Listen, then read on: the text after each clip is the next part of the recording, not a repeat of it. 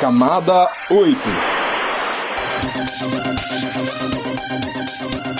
Olá, querido ouvinte, seja bem-vindo a mais um episódio do Camada 8, seu podcast sobre infraestrutura da internet, redes e tecnologia. Eu sou Eduardo Barazal Morales. E eu sou Tuane Grutabosa. E o tema do nosso programa de hoje é sobre IPv6 na América Latina. Esse é mais um episódio do quadro Roteamento de Ideias. Inscreva-se e compartilhe. Procure o Camada 8 na sua plataforma de podcast favorita e inscreva-se. Compartilhe esse episódio com o pessoal do trabalho, da faculdade e com seus amigos. Agora você também pode acompanhar o Camada 8 pelo YouTube e YouTube Music. Visite o nosso canal no YouTube, o NickBR Vídeos, navegue até a aba Podcasts e dê o play no episódio que deseja ouvir. E se você usa o Spotify, você pode ativar o sininho para ser avisado de novos episódios. E vamos aos avisos iniciais. Daqui a alguns dias teremos a nossa terceira live intra-rede do ano. Ela acontecerá no dia 2 de julho de 2025 às 10 horas da manhã, horário de Brasília. Anote na sua agenda e se inscreva para acompanhar a transmissão ao vivo no nosso canal do YouTube e no Facebook. Se inscreva na nossa segunda turma do BCOP presencial de 2025.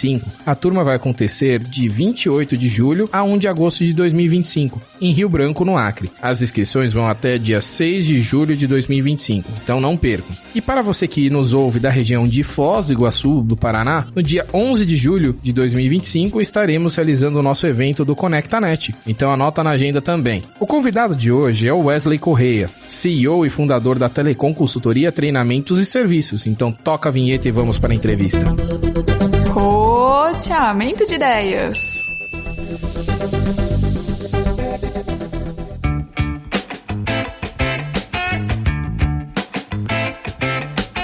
Wesley, seja bem-vindo aí ao nosso podcast, o Camada 8. A gente fica muito agradecido, honrado ali pela sua participação. Tanto tempo que a gente já te chamou e você lá em outro país, nem querendo saber da gente. E a gente, como é de costume, né, a gente pede pro convidado falar um pouquinho de si. Então, quem é o Wesley Correia e onde ele trabalha? Primeiramente, muito obrigado pelo convite e na realidade eu não estava ignorando vocês não, fica tranquilo, é porque as agendas realmente são um pouco apertadas e nem sempre a gente tem espaço e a gente sempre aproveita esses espaços para estar compartilhando com os amigos. E quem é o Wesley Correia é uma pergunta complexa.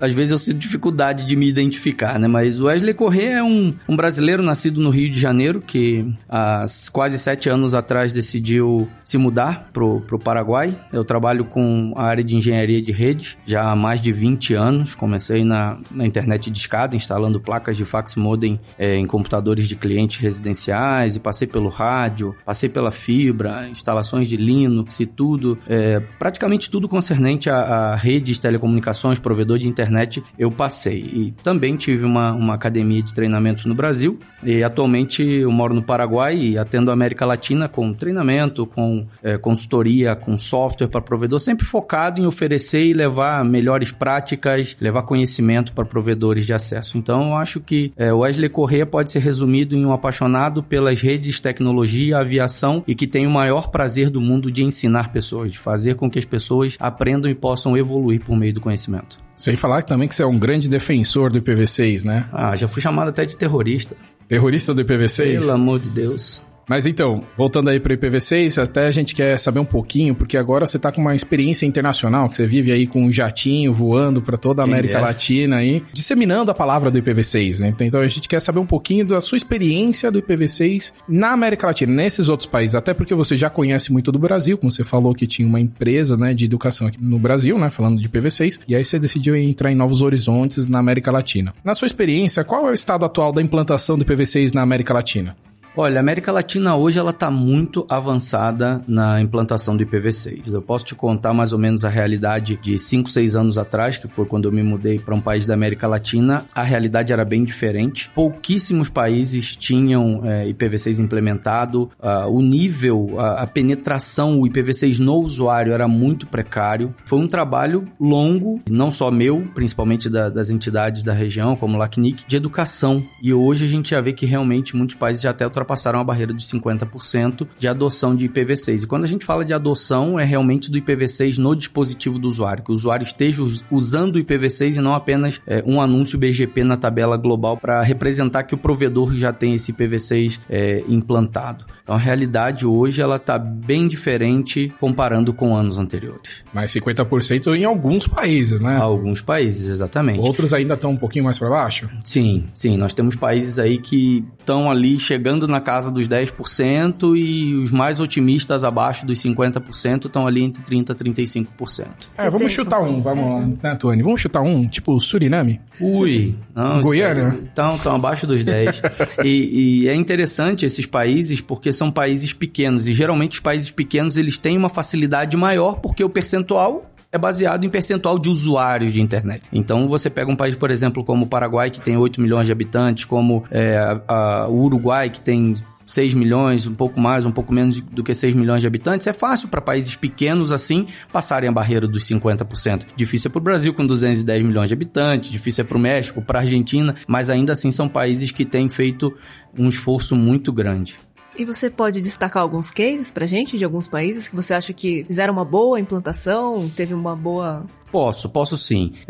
Eu tenho, por exemplo, uma experiência muito boa com o México. O México era um país que há 5 anos atrás, aproximadamente, não tinha nem 15% de implementação de IPv6 e agora está chegando perto dos 50%. E isso foi fruto de um trabalho tanto educativo. Eu, pessoalmente, fiz 4 ou 5 treinamentos presenciais no México. Em treinamentos online, a gente chegou a atingir várias outras pessoas do México. E também eventos do LACNIC focando muito em treinamento, em conhecimento e em disseminação da importância do protocolo, porque muita gente ainda não se deu conta da importância de implementar o protocolo e de fazer com que realmente isso funcione, e de que a internet ela só vai poder seguir avançando se nós implementarmos o IPv6. Então o México, por exemplo, ele deu um crescimento bem interessante. Outro país, por exemplo, foi o Peru. O Peru ele teve um crescimento muito, muito representativo no IPv6, mas isso se deu por um grupo empresarial grande e forte do país, também por uma boa ajuda do governo, e esse grupo empresarial, por ser pressionado também pelo governo, ele de pronto implementou IPv6 em praticamente toda a rede dele e, por conseguinte, a maioria dos usuários que estavam atrás dessa rede também tinham acesso e conseguimos aí um crescimento. Então, em países onde empresas grandes têm a maior representatividade em número de usuários, isso talvez possa parecer uma tarefa mais fácil, ainda que a heterogeneização, não sei, a quantidade de CPEs heterogêneas na rede é muito grande. Não existe uma homogeneização de fabricantes e modelos de CPE. Então, isso consiste em um desafio, mas mesmo assim eles conseguiram vencer. Nossa, muita informação que você falou agora. Até quero conhecer um pouquinho mais desses dois cenários, né, que você comentou, né, porque você falou do México, e às vezes a gente só ouve que o México tem uma grande operadora, né, a gente nem sabe a quantidade de sistemas autônomos que tem lá, né, porque a gente sempre ouviu que o homem mais rico do mundo era o dono de um provedor de internet no México, não é?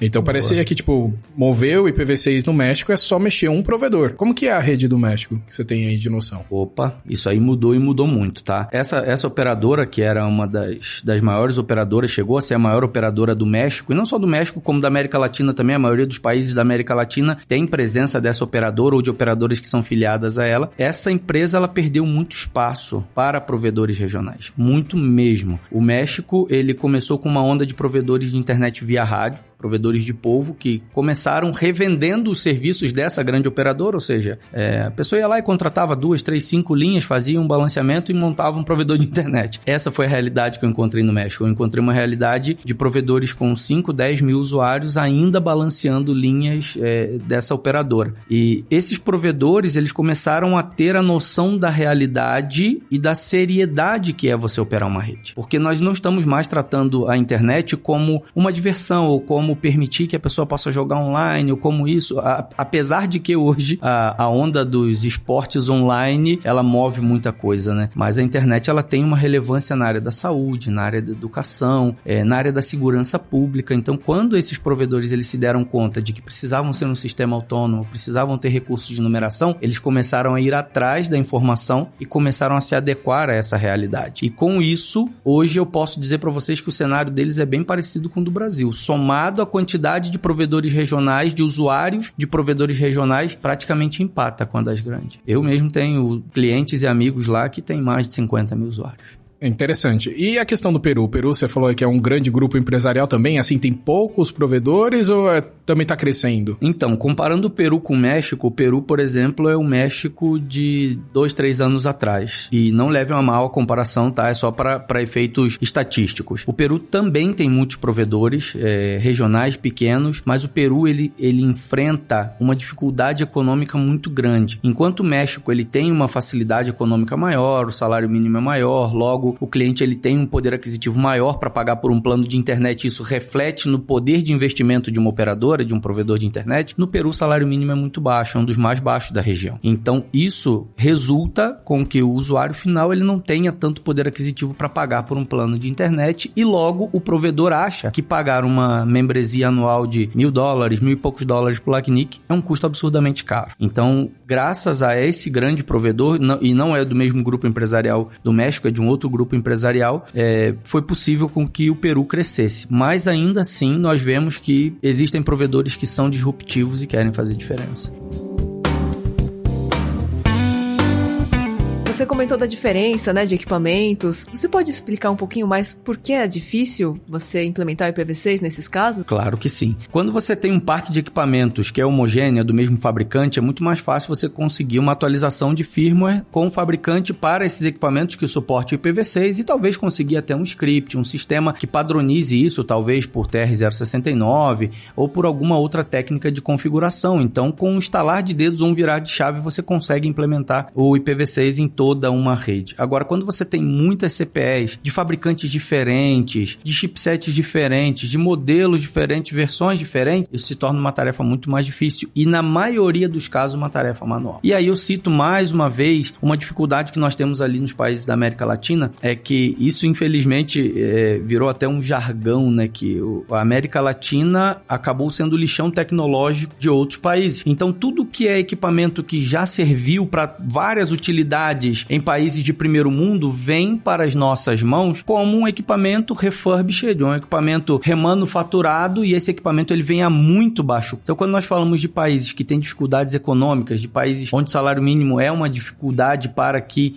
o usuário possa investir mais, o provedor acaba comprando esses equipamentos que custam $5, $7, e esses equipamentos não suportam e nunca suportarão o IPv6, porque são equipamentos que têm limitação de hardware. Mas aí quando você fala para um provedor desse, olha, você precisa investir em um equipamento que suporte. Só que o equipamento que suporta custa $17, $20, custa $10, $15, $20 às vezes mais caro do que o que ele já compra atualmente. E para ele recuperar esse investimento aí, ele vai precisar de muito tempo. Aí ele desiste, ele acha que o IPv6, na realidade, vai quebrar o negócio. Então é necessário realmente uma reeducação muito grande. É uma tarefa difícil. Você falou dos CPEs, mas a gente vê isso também na questão dos IoTs, né? A gente vê que muito IoT está entrando no mercado e ele só vem ali com a plaquinha de rede com suporte IPv4, né? E aí você, mesmo que tenha IPv6 na casa do cliente, ele não trafega, né? E esses IoTs, o pessoal às vezes acha que são os IoTs pequenininhos. Não, é Smart TV. A gente vê problemas assim em equipamentos grandes, robustos, que tem até acesso a grande uso de energia, que não teria problema de ter uma placa melhor. E mesmo assim, eles colocam somente IPv4 e aí a gente vê que boa parte do tráfego acontece só em IPv4. Continua, exatamente. E isso é uma realidade que ainda, eu acredito que vai levar um tempinho para mudar ou para melhorar, mas nós estamos no caminho. O mais importante é que a maioria dos países não parou, eles não trancaram, eles não puxaram freio de mão. Eles continuam vendo o desafio, parece que está um pouco longe, um pouco difícil, mas eles continuam insistindo. Isso traz resultados muito bons, né? A gente escuta por aí nos eventos do LACNIC e ISPs operadores da região reportando bons resultados de terem feito a implantação do IPv6 nas suas redes. Bom, eu tô até aqui dando uma olhada aqui nos países, na adoção do IPv6, e aí eu vi que alguns estão bem melhores do que outros, pensando ali na América Central, na América do Sul. Mas assim, você já deu cursos em vários desses países que a gente acompanhou. Eu queria saber, na sua experiência, tem algum ali que você vê que tem mais relutância à adoção do IPv6, que você tem ali mais dificuldade, o que você enxerga que o pessoal ainda não quer adotar o IPv6? Olha, não. Todo mundo quer adotar o IPv6, assim, tirando pouquíssimas pessoas, pouquíssimas empresas, pouquíssimos profissionais que, eu vou até resgatar uma coisa muito antiga, que virou quase uma lenda urbana da internet brasileira, eu vou esperar esses caras todos implementarem IPv6 e aí vai sobrar mais IPv4 para nós. Isso daí é uma lenda urbana que rodou aí nos idos de 2012, 2014 na internet brasileira, e muita gente na América Latina, pouca gente na América Latina Latina acredita nisso também, tá? Então é difícil, mas a gente trabalha em cima disso daí. Mas os países em si, a gente vê que o pessoal tem interesse, eles querem aprender. Não são todos. A diferença é que a maioria dos países tem muitos operadores que são muito pequenos. Quando eu digo muito pequenos, são abaixo de 1.000 usuários que atendem povoados distantes e tem dificuldades em si. Então, quando você olha para um cara desse, você até sente pena dele. E eu ajudo muitos desses a entender a realidade. Olha, você não pode ter o seu próprio OS, pede pro cara que te vende link, pede para ele te entregar um /40, e aí a gente faz uma implementação na tua rede e bota para funcionar, para você já começar a sentir o gostinho. Então, eu vejo que eles têm vontade, mas muitas vezes eles são limitados, às vezes muito mais por recurso. Acha que essa limitação econômica é o principal empecilho para a adoção do IPv6 na América Latina? Em termos de CPE, sim, porque muitas dessas empresas já têm clientes instalados e imaginemos aí um cenário de um provedor de 1.000 usuários ter que trocar 1.000 CPEs. É um investimento é um preço que eles não estão dispostos a pagar. E aí quando você fala, não, beleza, então vamos deixar o para trás e vamos começar uma rede nova. Você já está com essa aqui operando, o primeiro cliente que você for instalar a partir de agora já bota uma CPE legal. Mas aí o cara pensa, poxa, eu vendo um plano de 60 sóis, sol é a moeda do Peru, vendo um plano de 60 sóis, um plano de 100 sóis. A ONU custa 130 sóis, eu vou perder uma mensalidade, mas eu tenho que pagar o link, eu tenho que pagar o instalador, eu tenho que pagar o carro, e aí a recuperação desse investimento da instalação, ele vai levar 6, 8 meses para recuperar. E não entra na cabeça dele que quanto mais ele retarda o investimento, pior vai ser para ele depois, porque ao invés dele trocar 1.000, ele vai ter que trocar 2.000, 5.000 amanhã ou depois.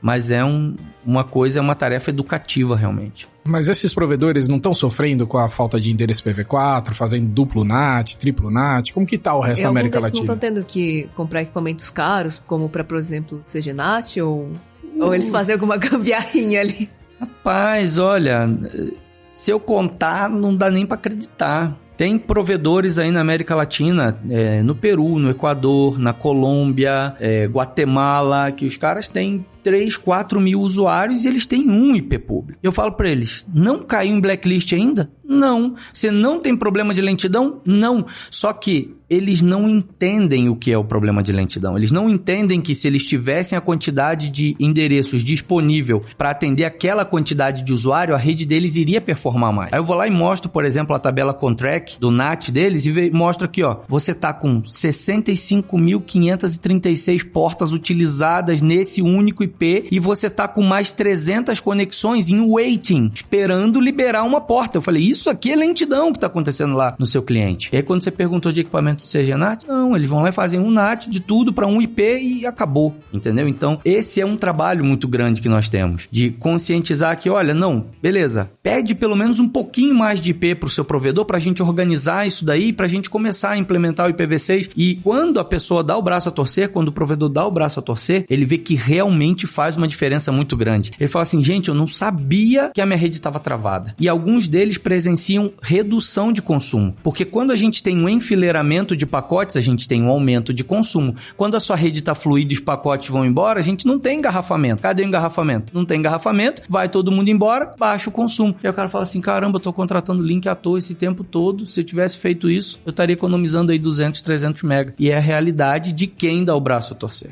Mas aí você tá pensando que esses provedores também têm uma dificuldade na área de conhecimento?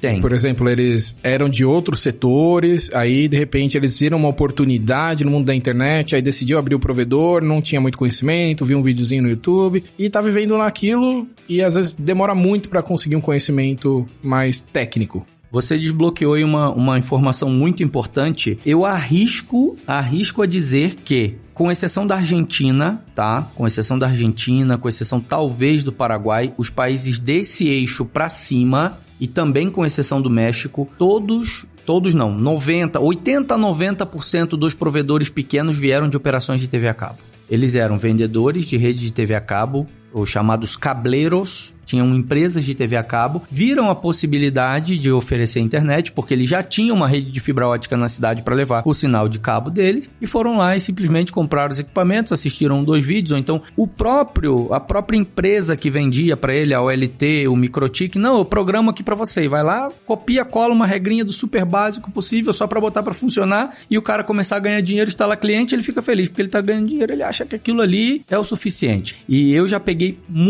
absolutamente muitos cenários onde o dono do provedor não tinha nem a senha do roteador, porque ele nunca entrou ali no roteador. Como é que ele entrava para ativar? Tinha o software da OLT, ele ia lá, clicava, adicionar novo cliente. Qual IP? Ele ia lá e configurava um IP que estava numa planilha de Excel que alguém deixou para ele, e aquele IP já tinha um controle de banda, às vezes nem o controle de banda, ele configura no software da OLT e o cliente está funcionando e está feliz da vida. Então, muitas dessas pessoas vieram desse segmento de TV a cabo sem conhecimento. E aí demora um pouco para conseguir um conhecimento maior, e é por isso que fica nessa rede travada, né? Sim, fica nessa trava, e muitos deles, como, novamente, eu volto a dizer, né? Às vezes o curso não vai até o país, às vezes o evento não vai até o país. E é um custo alto a empresa pegar e mandar 1, 2 funcionários para um outro país fazer um curso de 1 semana. Então, nesse segmento, os conteúdos online, vídeos e tudo mais conseguem atingir esse público que tem mais dificuldade de fazer uma viagem para buscar conhecimento. Empreender uma navegação em prol do conhecimento. Mas você acha que essas pessoas, elas estão atrás desse conhecimento ou precisa de um esforço externo, assim, para elas buscarem saber mais da tecnologia? Eu vou te dar um exemplo. Às vezes, vamos dar um exemplo aqui de um casal que tem um determinado tipo de dieta, uma dieta carnívora.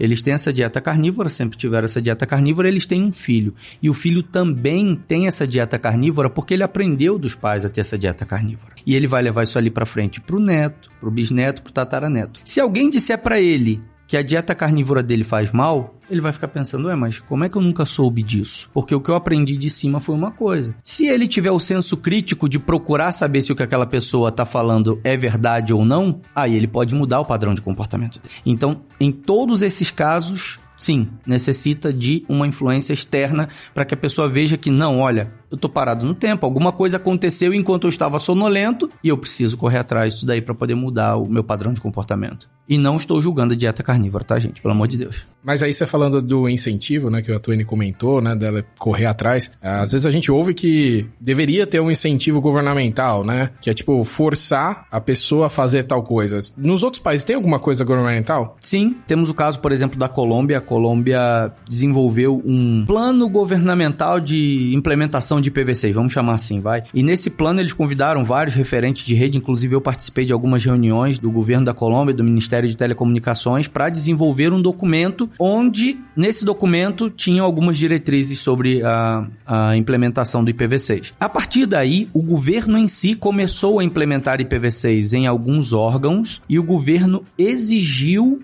que hospitais públicos tivessem sistemas autônomos e tivessem IPv6. Então, isso aí foi uma reação em cadeia, porque muitos ISPs que atendiam a esses hospitais não eram sistemas autônomos, precisaram solicitar seu sistema autônomo, solicitar seu IPv6, fazer o trânsito do IPv6, implementar o IPv6 na rede para poder continuar atendendo o hospital. E isso aí foi uma coisa muito boa. E por que que era necessário, ou por que que o governo da Colômbia entendeu que cada hospital deveria ter o IPv6? Porque a cada troca de governo municipal, quando era feito um endereçamento IPv6 do provedor para o hospital, era feito toda uma implementação daquele bloco que pertencia ao provedor. Quando mudava o governo municipal, mudava a licitação e tinha que fazer toda uma renumeração do hospital, da rede hospitalar. Inclusive, se não me falha a memória, espero não estar falando abobrinha, mas o sistema de doação de órgãos da Colômbia roda exclusivamente em cima de IPv6. Exclusivamente em cima de IPv6. Eu tenho quase certeza disso, porque vários alunos já me chamaram, pediram ajuda. Meu IPv6 está oscilando aqui e tal, e estão precisando lá do hospital. E isso foi uma coisa muito boa. A República Dominicana agarrou esse documento da Colômbia, está fazendo algumas alterações e está indo pelo mesmo caminho. Então eu acredito que quando os órgãos públicos veem essa necessidade de ter o IPv6 implementado, de ser um sistema autônomo, eles forçam com que o provedor implemente. Porque se o provedor não implementa, o hospital vai ter que procurar outro, porque na hora da licitação é um requisito, é um critério e é excludente, inclusive.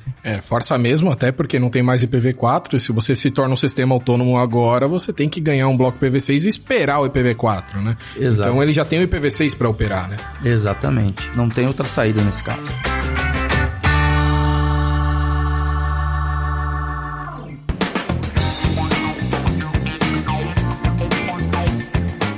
provedores de conteúdo, eles estão adotando IPv6 nos outros países também?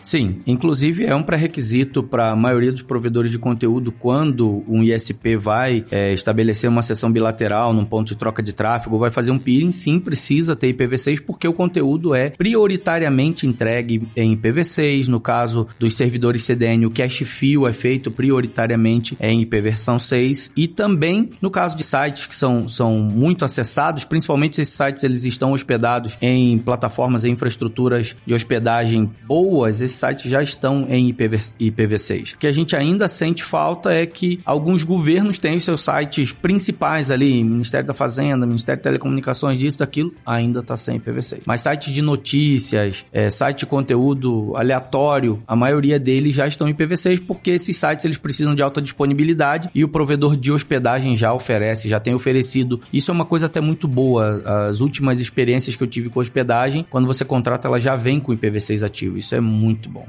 São os provedores de hospedagem, aí você já pede para colocar o seu site e já está disponível nos dois, né? Exatamente. IPv4 e IPv6, né? E também acho que tem a questão das CDNs, né, também. Muita CDN exige que tenha uma conectividade de IPv6 até para abastecer o cache, né? Exige. Então isso também motiva o pessoal a ter IPv6, né? Sim, exige. Isso é muito importante, até porque no caso do IPv6, espero não estar chovendo molhado, mas a gente tem muita facilidade de MTU maior e todo, o payload do pacote é maior, porque o cabeçalho é menor, então o cache fill ele é muito mais, se aproveita muito mais do caminho quando você usa IPv6. Acaba saindo mais barato um fio de cache em IPv6 do que em IPv4. E nos outros países a implantação do IPv6 está sendo pilha dupla ou está sendo com técnica de transição? Você tem algum caso que você possa comentar pra gente? A maioria dos provedores estão fazendo pilha dupla por facilidade na implementação. Mas sim, tem alguns provedores que estão utilizando técnicas de transição. Tem o caso de um provedor médio, grande da Argentina que usa o 464 XLAT, mas ele teve uma facilidade muito grande, porque todo o parque de CPE dele era do mesmo fabricante. Então ele trabalhou junto com o fabricante para desenvolver a firmware com suporte ao 464 XLAT e lá com um comando no roteador central ele atualizou todas as firmwares de todas as CPEs e da noite pro dia estava tudo em 464 XLAT. Então esse caso é muito bonito e roda assim, é impressionante de ver, mas não é um cenário que é comum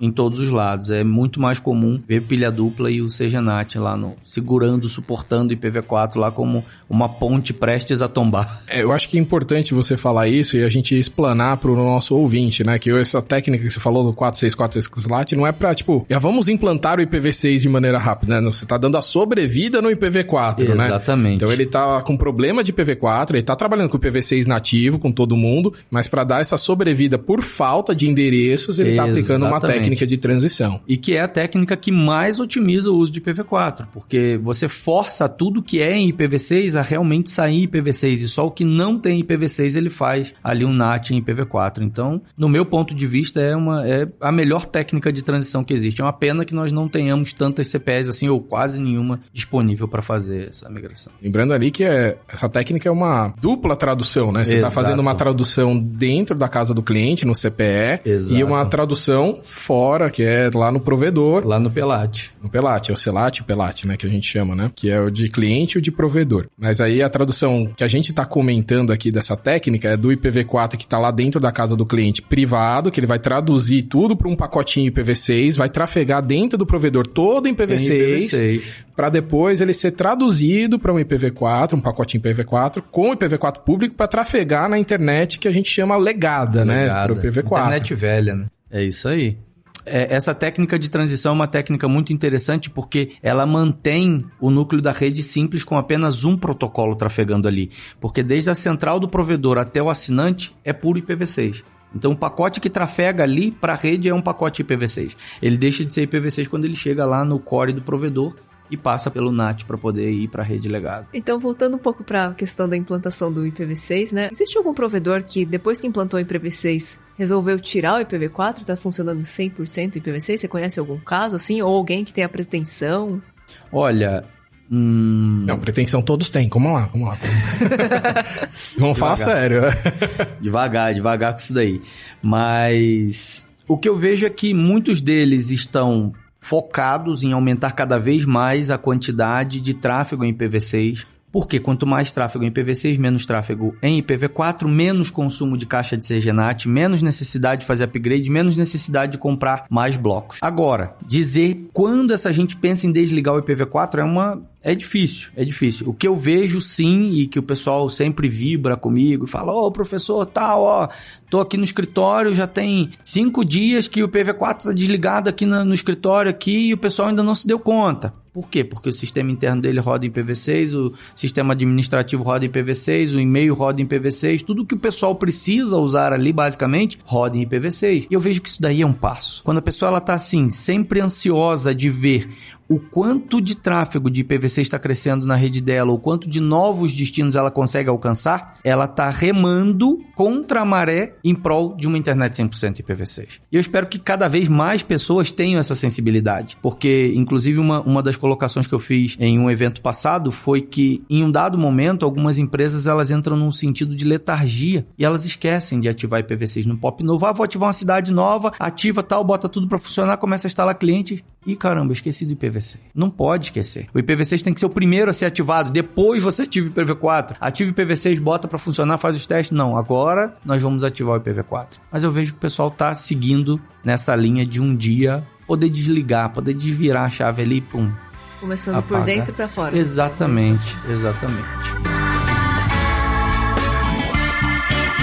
Bom, a gente tá aqui falando de outros países da América Latina e não tem como a gente também não falar do Brasil, né? Aqui no Brasil, o NIC-BR ele tem um fator muito importante na adoção do IPv6, como um incentivo através do projeto IPv6-BR. Mas e nos outros países? Tem um NIC? Há uma outra instituição que ajuda ali os provedores ou faz todo esse incentivo na adoção do IPv6? Como que você enxerga nos outros países? Não tem assim uma entidade que faça em outros países o que o NIC-BR fez no Brasil, tá? O papel do NIC-BR eu vejo como um papel muito importante. De fato, o meu primeiro curso de IPv6 foi com o NIC-BR, há muitos anos atrás, não sei nem quantos anos atrás, inclusive a minha camisa do IPv6-BR já não entra mais em mim, isso é fato, na realidade, né? Não precisava nem falar isso, mas dá pra se notar. O LACNIC, ele tem um papel interessante em ajudar a que operadores de vários países possam implementar IPv6. Mas muitos países não ajudam ou não facilitam com que os provedores possam conhecer o LACNIC e conhecer o trabalho do LACNIC. Porque eu acho que isso daí não é um trabalho de 2 ou 4 mãos, é um trabalho de 8 ou 10 mãos. Então, por exemplo, o Ministério de Telecomunicações, ele tem que falar lá para o provedor, olha, você precisa fazer isso aqui. A gente tem esse caminho aqui para seguir. E aqui está o material para você buscar informação. Então, o LACNIC, por mais que ele abranja todos os países, muitos provedores sequer conhecem ou sequer ouviram falar do LACNIC ou do que o LACNIC faz. Diferentemente, por exemplo, do Brasil, o NIC-BR tem vários projetos, entre eles projetos de levar cursos e capacitações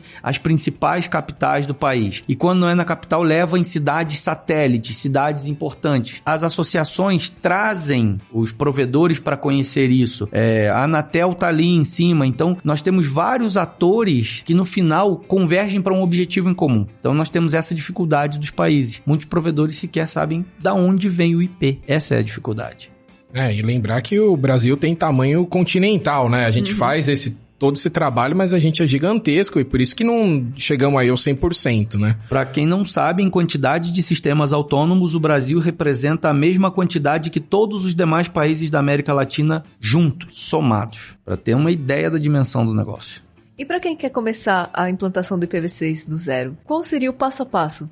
Do zero, bom, a pessoa teria que pelo menos entender um pouco de protocolos de rede. Partindo do princípio que a pessoa entende um protocolo de rede, entende como funciona o IPv4, o primeiro passo para mim é a documentação da rede. Sem uma documentação de implementação, fica impossível seguir isso. Por quê? O IPv6 ele tem muito mais disponibilidade de endereços disponíveis para redes, para usuários, etc., do que o IPv4. Então é muito fácil a pessoa começar a fazer uma implementação de IPv6 na rede, tentando seguir um padrão e ela se perder, ou amanhã ou depois ela esquecer que ela já usou esse bloco na cidade tal e voltar a usar o bloco em uma outra cidade. Então a primeira coisa, a pessoa precisa ter um diagrama da rede dela e decidir, olha, aqui tem tantos usuários, aqui tem tantos, aqui tem tantos, aqui tem tantos, e eu vou crescer 100% aqui, 150% aqui, 200% 200 e pensar a longo prazo, né? Pensar, não, vou crescer ano que vem. Não, já faz um planejamento para 10 anos, para 15, para 20 anos. E aí ela vai lá e começa a segmentar o bloco dela. Depois de segmentado, em cima da infraestrutura de rede, do desenho de rede que ela tem, ela começa a fazer roteamento BGP, vai anunciar o bloco para a internet, vai fazer aquele bloco ser conhecido, vai checar se o anúncio tá ok, vai fazer o IRR, vai fazer o RPKI, vai fazer toda a parte de segurança e a partir daí começa. Escala para o primeiro roteador interno, que provavelmente vai ser um roteador de agregação de serviços. Aquele roteador ali vai ser o responsável por fechar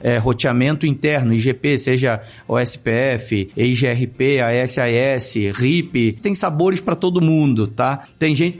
Eu tenho aluno que usa RIP-NG para roteamento interno de IPv6. Eu vou julgar ele? Eu não. Ele quer, ele gosta, tá bom. E aí vai começar a entregar esses blocos em cada cidade. Entregou o bloco em cada cidade, em cada roteador, aí é a parte mais fácil. É a parte de segmentar o bloco e dizer, olha, esse bloco aqui é o bloco de entrega do PPPoE ou do DHCP, coloca no BNG ou no administrador de usuários e entrega aquilo ali para os usuários. De uma ponta a outra, o usuário vai ter. Agora lá na CPE, configurou para receber e para entregar na rede interna, tá entregue, tá pronto. Não tem dificuldade. Eu acho que a maior dificuldade é a pessoa tirar a venda dos olhos ou quebrar o paradigma de que aquilo ali é tudo muito difícil, porque não é. Hoje em dia, com a quantidade de ferramentas de IPAN que a gente tem para documentar isso daí, com 2 cliques você divide o bloco, divide, documenta, escreve. Eu acho que o pessoal tá esperando o ChatGPT resolver esse problema aí, mas não vai, tá? Não vai, pelo menos não agora. Então não usem a muleta do ChatGPT para não implementar IPv6 agora. Faça. Então, Wesley, né? Eu acho que também boa parte, vamos dar um agrado para você. Você está dando curso em vários países da América Latina, você está também disseminando a palavra do IPv6 e muita gente está implementando IPv6 depois do seu curso, né? Dizem até que com o seu jatinho você escreve IPv6 lá no ar em fumaça, é verdade também? Não, mentira, não faço acrobacia. Eu tenho medo de altura, gente. Eu tenho medo de altura, não brinca assim comigo, não.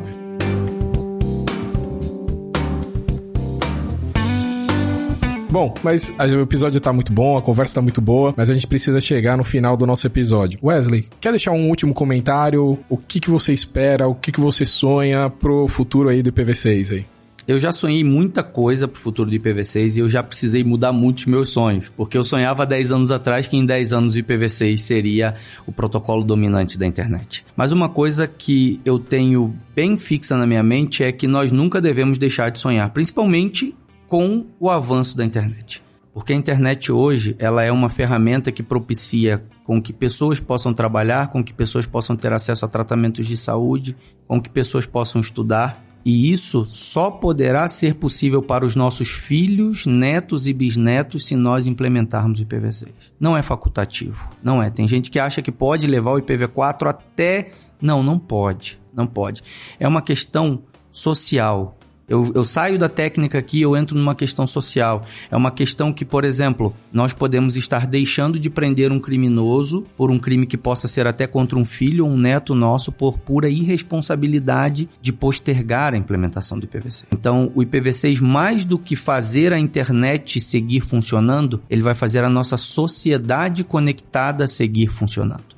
E isso é primordial, isso é responsabilidade de cada um de nós que somos atores da internet. Eu ia finalizar, mas você comentou um negócio que a gente não pode deixar em aberto pro nosso ouvinte, né? É que cada NAT, cada tradução que a gente faz de NAT de IPv4, a gente tá adicionando uma camada de dificuldade na hora de encontrar o usuário. Exato. Né? Então, por isso que a questão de talvez não conseguir identificar realmente o criminoso. Tem uma dificuldade a mais, né? Sim, isso é muito importante. Devemos evitar isso a todo custo. Mas vamos sonhar com o IPv6 um dia aí, que a gente vai ser só IPv6 only, né? Com certeza, é o que eu espero. Então tá certo. Muito obrigado, Wesley.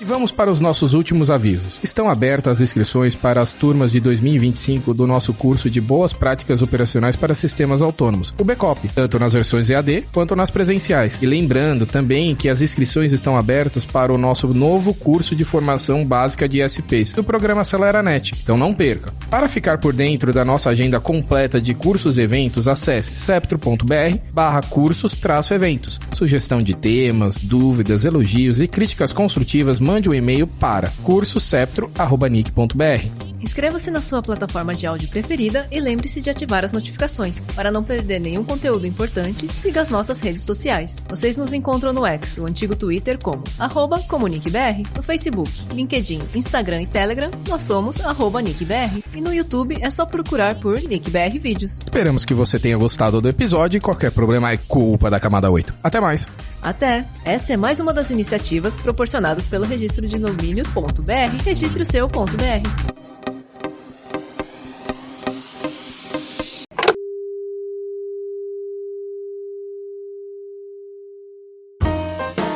Este podcast foi sonorizado por Radiofobia Podcast e Multimídia.